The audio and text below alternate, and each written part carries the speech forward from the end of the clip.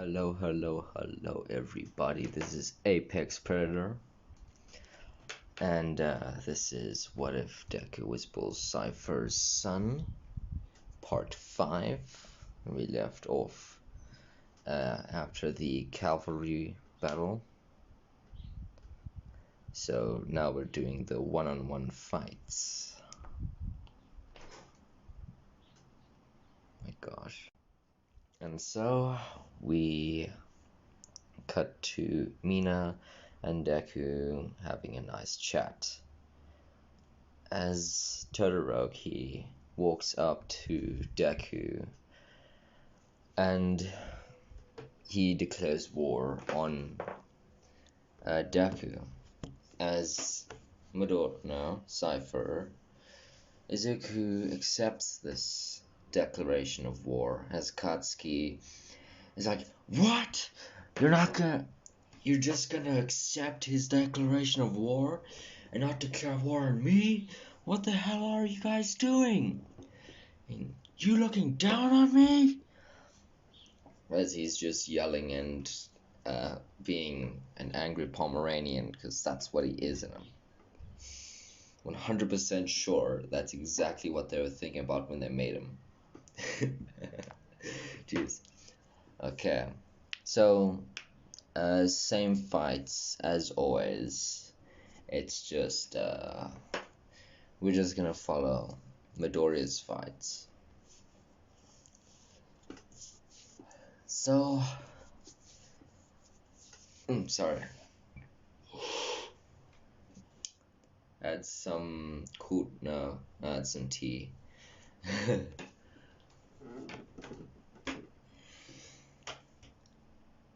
So we cut to President Mike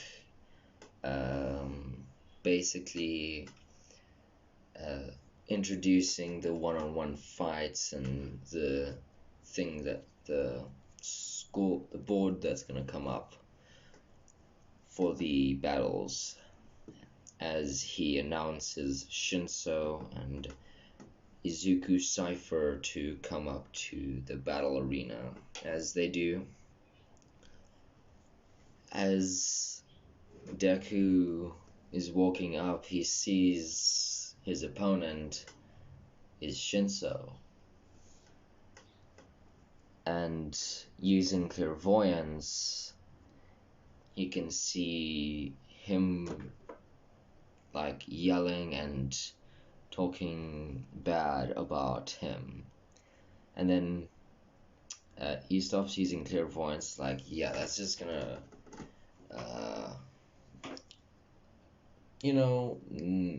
I'm just not going to use clairvoyance, it's gonna be too easy that way. As Midnight announces, says, ready, set, ready, fight! As Shinso starts throwing disses at him, and Izuku is just like, wow, that's some really lame ass disses. Yeah, like, as he just starts talking to Shinso, it's like, yeah, you do realize these disses and you talking is like really stupid. As Shinso just stops talking and says in his head, "Got you." As Deku used telepathy to read his mind, it's like, what do you mean I got you? Is that your quirk or something? What happened? As Deku, he has resistance to mind control, basically. It's like, how is my quirk not working on you? Bro, I have kinesis. Yes, I have every telekinetic power there is, including telepathy. I'm pretty sure I have some resistance to mind control. Unfortunately, I don't get mind control from my father, or my mother, because My mother doesn't have it, while my father does. Anyway, my father has a similar quirk, but he has a lot more powers. And because he's older and has had his quirk for longer, oof, I can't necessarily do as much as him. He's a lot more powerful.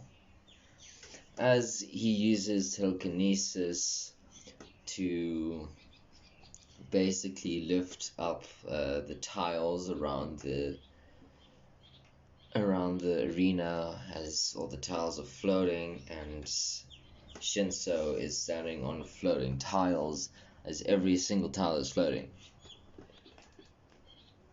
As Deku has full control over what's happening.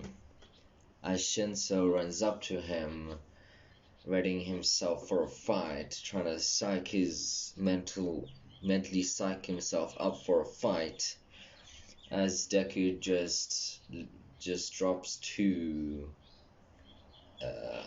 like an area of tiles, as Shinso falls down and is caught by the tiles that had been pushed down, as they rise up and throw Shinso into the air as the tiles are level and all the tiles go back onto the ground. As Shinso is falling down, Deku jumps, and with the back of his foot, his heel, he basically roundhouse kicks Shinso onto the grass. Like, it was a slight jump because he was like really like a meter away from the arena, and he just heel kicked him outside the arena and onto the grass. As Midnight announces that Izuku Cypher has won the battle and Shinso had lost.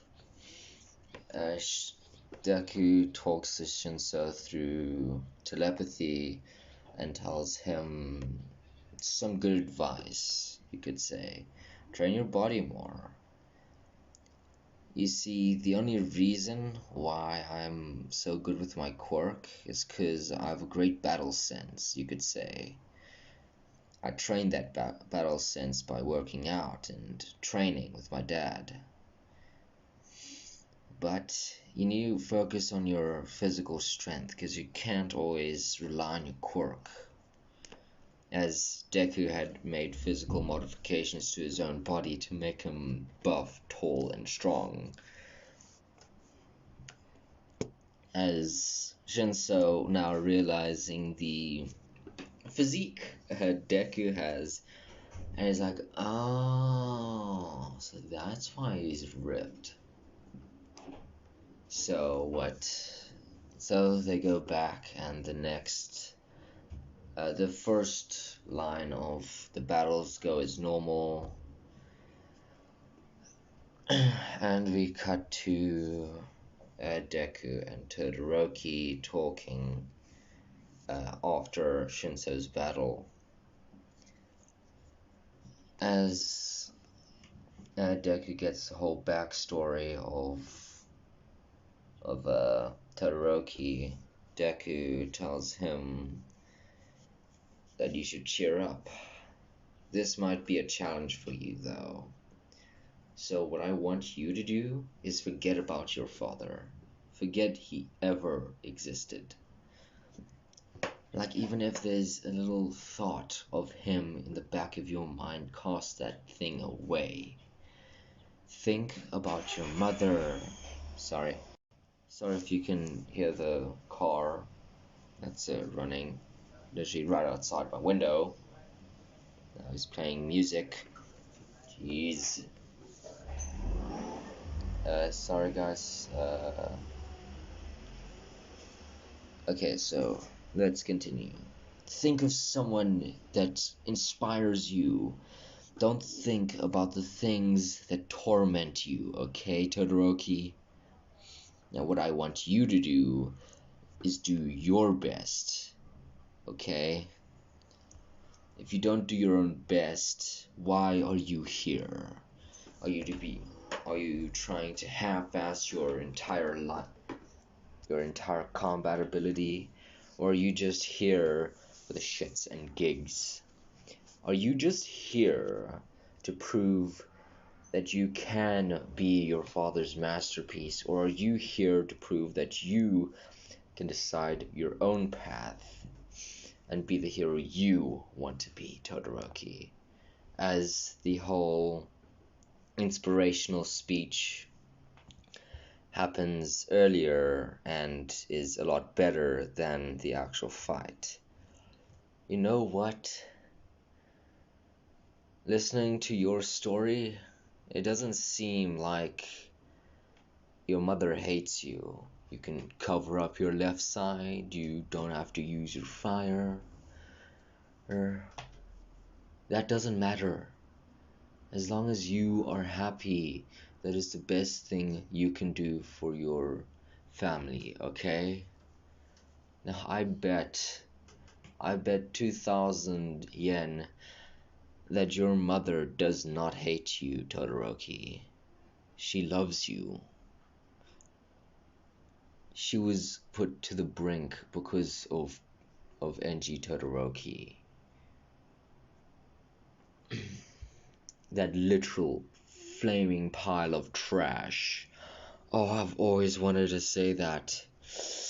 Ooh, like low-key me, I've always wanted to say living flaming trash, okay? But then Endeavor has his redemption arc in season 4. But anyway, let's carry on. As their thing ends, Bakugo is listening in.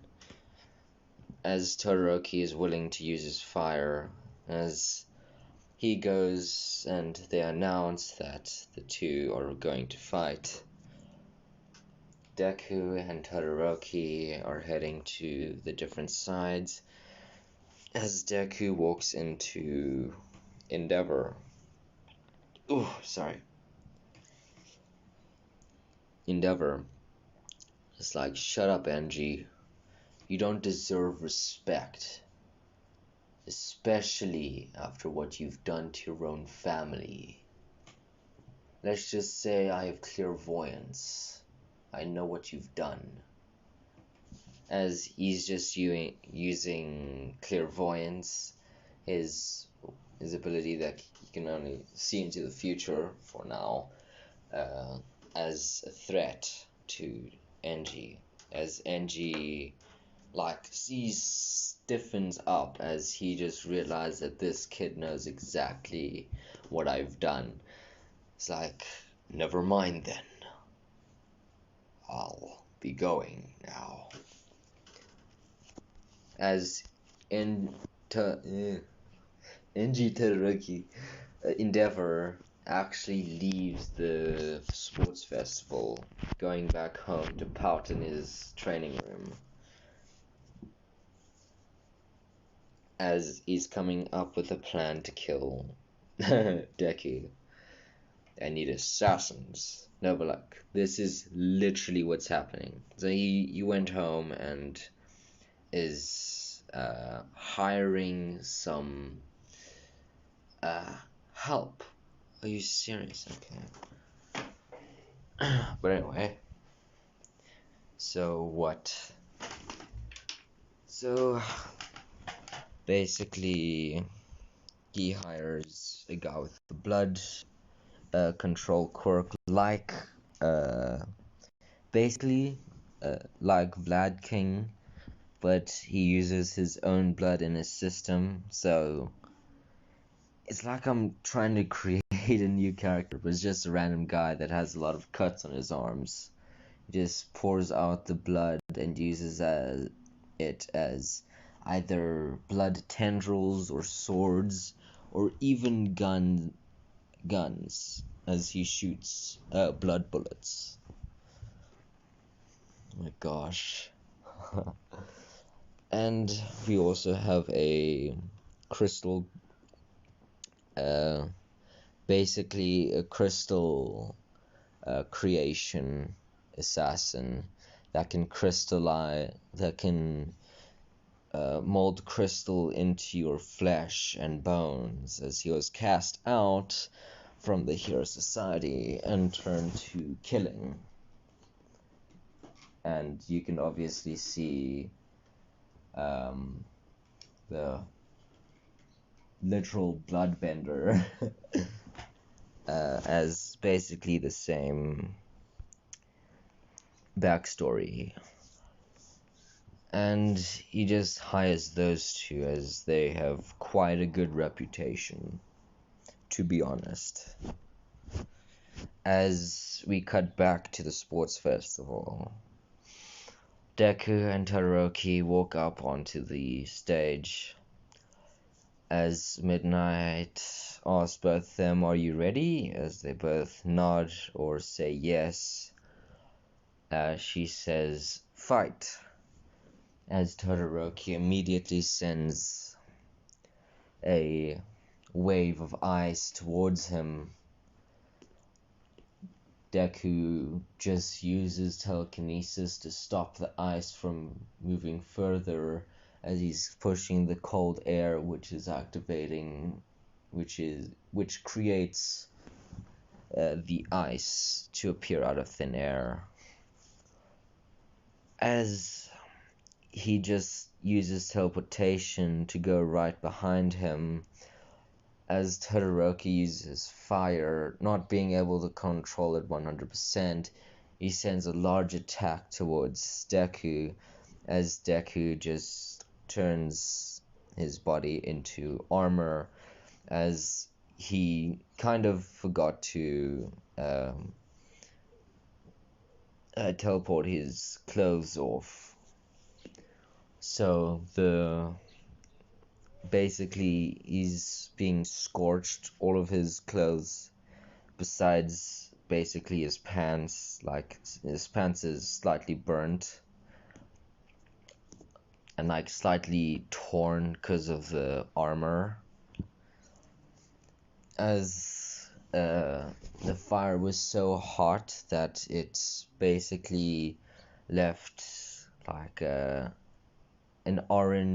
slightly orange hue to his arms, his forearms, you could say. As Deku just powers up basically uses pyrokinesis in his entire body that literally doubles the heat and power of Todoroki's single attack, as he basically enhances his entire, basically every single punch he throws at Todoroki with telekinesis up, enhancing his strength as well as his physical strength, including the fire that is surrounding his entire body. As Todoroki is putting up ice balls, Deku's just breaking, like he doesn't even touch them and they're melting. They're not even going to the point of water, they're going to the point of steam instantly. And Deku's just punching and punching and punching. Eventually, Deku gets a bit tired of just punching over and over again, as he makes a portal underneath Todoroki, as Todoroki tries to make another ice wall, but he can't because he's falling down, as he appears, as he goes into the portal and appears right next to Deku, basically with his foot extended towards Todoroki's face, him kicking in the face and sending him slightly flying away as he's at the edge. As Todoroki notices this, he runs to a further distance away from Deku, as well as the as the edge, as he brings out fire and just covers the entire arena, like not hitting the civilians and pro heroes looking at this, but like just around the little area, the little fighting ring. As Deku just he basically goes to a higher form, because for this he just decided not to use full powered okay, so let me explain. So he's not using the finished design of his armored part, his armored being, as he was using basically the form before, well, when he met All Might at Sludge Villain. He was using that, which isn't as strong as his final armor. As he transitions to that armor, his final thing, as Deku, after being scorched like for a good 10 minutes, just Todoroki coming closer with his fire side, just throwing fire, like a stream of fire constantly going as he's starting to burn up, as he brings his right hand over to his left, as he's using his ice quirk, the ice side, to cool down his hand. As it is working and he produces more flames, as Deku is just there, literally just standing there, not getting hit, as he has the slightly upgraded version of his armor, which has the breathing apparatus, so he can breathe without taking in air from the outside world, because he's currently being blasted with constant fire, so he can't necessarily, like breathe in fire, or else that's gonna collapse your lungs. As Todoroki finally gets a little more tired, and his hand is like burning to the touch, as he's just freezing his hand over, his entire arm is burning, like very hot, as he decides not to use his fire anymore for a while. As when the fire clears, they just see Deku in his final costume, as he's literally 7 foot. Okay. As he just walks up to him and is like, dude, you're way too much. As Deku just stomps his foot down using cryokinesis and making a giant glacier of ice, basically doing the same thing he did to Zero, as his ice is colder and only aimed at his fire side to cool him down. As Todoroki's like, you have to be a little ruthless with me. You don't have to be so nice. Like, yeah, I know. As he shifts out of his armor, and all of the girls, especially Mina, are just staring at him. It's like, you got some great abs, Okay. So, what Deku does is he just like looks at the giant glacier that he made, and it's like, yeah.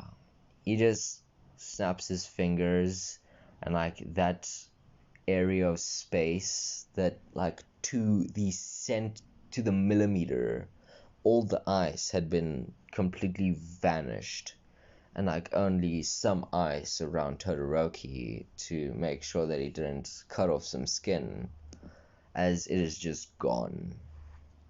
As you might be thinking, what the hell happened? He used matter manipulation and telekinesis to form an area where he just turned everything to a thick oxygen, carbon dioxide, nitrogen, other gases mixture, which is what air is made of.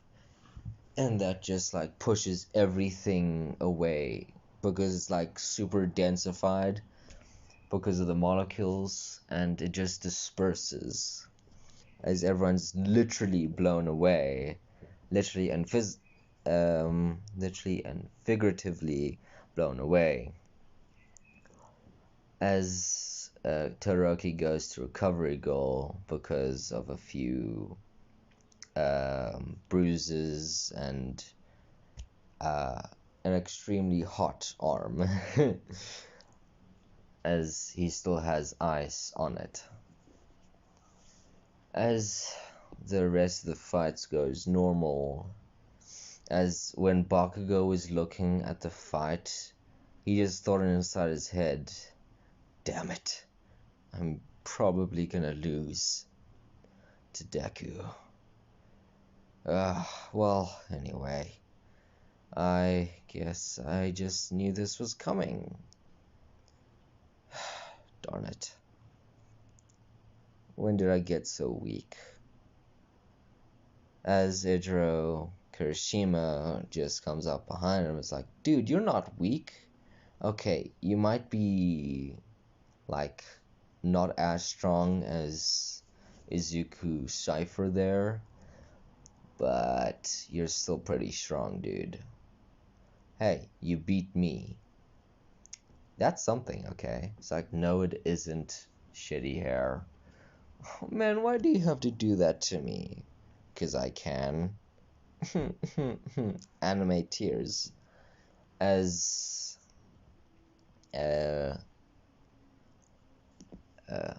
wait, let me think about this. Shit. Yeah, that's how it went down. So after that battle, they had like 10 minutes rest. As Deku is called up to fight Ida. As Ida and Deku woke up, they both look at each other, and Deku smiles. I guess it's gonna be a battle of speed, as Ida looks back, is like, let's see if my training had paid off, as no one knows about reciprocal burst yet. Still. So in the cavalry battle, he didn't use it. So we get midnight. He says ready to both of them. They say either, or they both say yes, as she announces fight. As Ida starts running towards him, and Deku using telekinesis and basically pyrokinesis to do not a Superman, an Iron Man, and fly around. As literally a single second, basically I'm explaining this, the processing time inside of Izuku's head is like an hour is a single second for you, okay? He takes, literally, it's like an hour to him, but it's only like a second to you. So, that's one of the traits that he got from his father, as he's a very, like, fast thinker, like, extremely fast, like, speedster fast. As he just flies around Ida, as he's just standing there, like in an extremely fast state, as he basically he makes ice around, like Eren Yeager when he hardened basically his fist.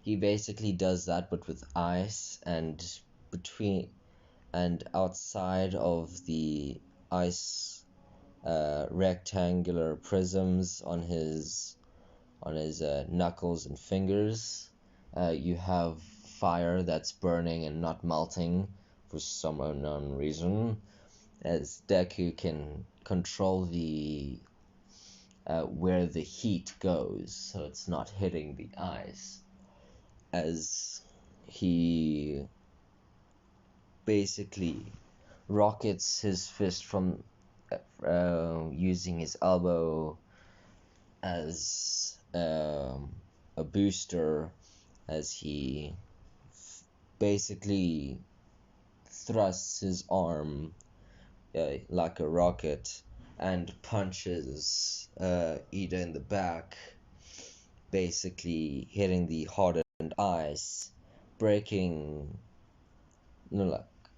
breaking through some muscle, like not on the spine, but like right next to the spine, as he has a few bones broken, as well as some of the skin there had been turned to ash. No, not ash. That would be horrible. Like scorched, like not Todoroki burnt, but like second-degree burns, basically, as time flows normally, and he either goes flying outside of the ring into the wall, as sorry, I need to think, jeez. As Midnight announces Deku had won, the rest of the fights go on as normal, with Katsuki Bakugo beating Tokiyami. Oof. As Katsuki and Deku, or Izuku Cipher, are brought up to the stage, Midnight says, "Are you ready?" As both of them says yes, and she says, "Fight." The two boys just stand there looking at each other, as Bill Cipher is in an invisible cube, which he is also invisible, up above in the sky, looking down on the battle with the anonymous being, as the anonymous being is also watching down as he's enjoying the fights, as he had been there for until the beginning of Shinso, all the way until now. As we cut back to Izuku getting ready to fight, he brings out his final design for his armor, his final armor, as he basically charges up energy in his entire body, basically making his cells go hyper, as he basically disappears. And if you have ever seen Fire Force and that one battle between Shinra and Sho, you'd know what I'm talking about. So all of his cells and atoms are just split, and he is traveling so fast that he separates into invisible molecules, and goes back in time slightly, and heals him, basically puts himself together, as he delivers he basically delivers a literal dragon fist, as there's a dragon, as he appears right in front of Bakugo, as a giant dragon fist, literally his the fighter is formed into a dragon as he punches Bakugo in the stomach, sending him flying into the air as he had uppercutted him in the stomach, basically knocking him and basically nearly making him puke. You also broke a few bones. They're like not broke, like snap, like you would think Inosuke's bones were broken. Ooh, you are wrong. Those things aren't broken. Those are just light fractures. Bakugo's lower ribs are demolished as he fights through the pain, as he eventually gathers his consciousness, as he uses his quirk to blast himself all the way back down, as he slightly coughs out blood. I was like, shit, that was a really tough punch. As he collapses onto the floor, as a recovery girl, the people take the recovery guys, the nurses or whatever, the people that are helping. No, it was the robots that helped them, as he's taken to the infirmary and healed. As because of Bakugo's injury, the injury, that's very light. That's a severe injury. Not only did you like rupture his stomach or lungs, you broke you shattered his ribs, okay? And the muscle that is right there. So he comes out in crutches he comes out in a wheelchair, not wanting to move so much, as just to confirm that his spine isn't broken, he just moves his legs and he just points to his stomach where he got punched as he puts his hand over it, and All Might jumps down and gives Ida, because Ida was the one that fought Deku, as basically they get their medals, and Deku just looks at All Might as All Might says, "Meet me at my office in a few when you come back to school. We'll discuss something there, okay?" As basically he used telepathy. I need to tell him about One for All. As Deku just uses clairvoyance to look into the future, as he listens to the conversation about One for All for One, and him offering him the piece of hair. And it's like, Then he just like stops it immediately. He's like, I'm gonna eat his hair? Like, he thinks to himself as he just makes a really queasy face. As they all get down from the podiums, as they go back to either recovery girl's office, or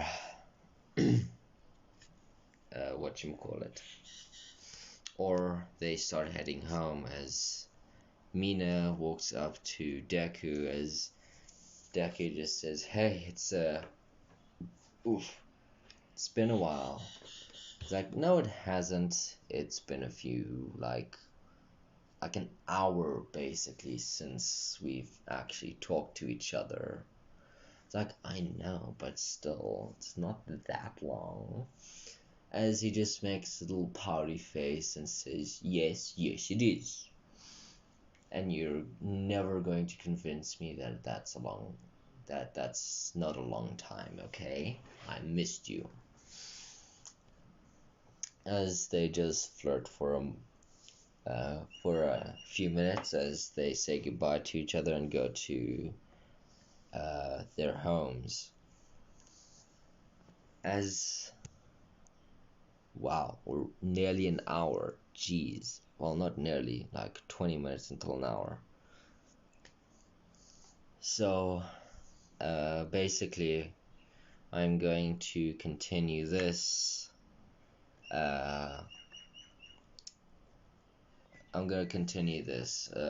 Probably tomorrow probably on Sunday, 2 days from now. Because tomorrow I'm planning on doing a Black Clover one. So, just be ready. So I'll do this part 6 2 days from now, hopefully. Because I do have some schoolwork I need to finish today, tomorrow, and on Sunday. Okay, thank you everyone for listening. If you've gone this far, I hope you have a wonderful day. Be safe, don't get corona, stay healthy, and help prevent more spreading of corona. Thank you, be safe, and I love you all. Pleasure having the opportunity to entertain you. I hope you found this entertaining. I hope you would like to see more of this, and etc. Have a wonderful day, and bye.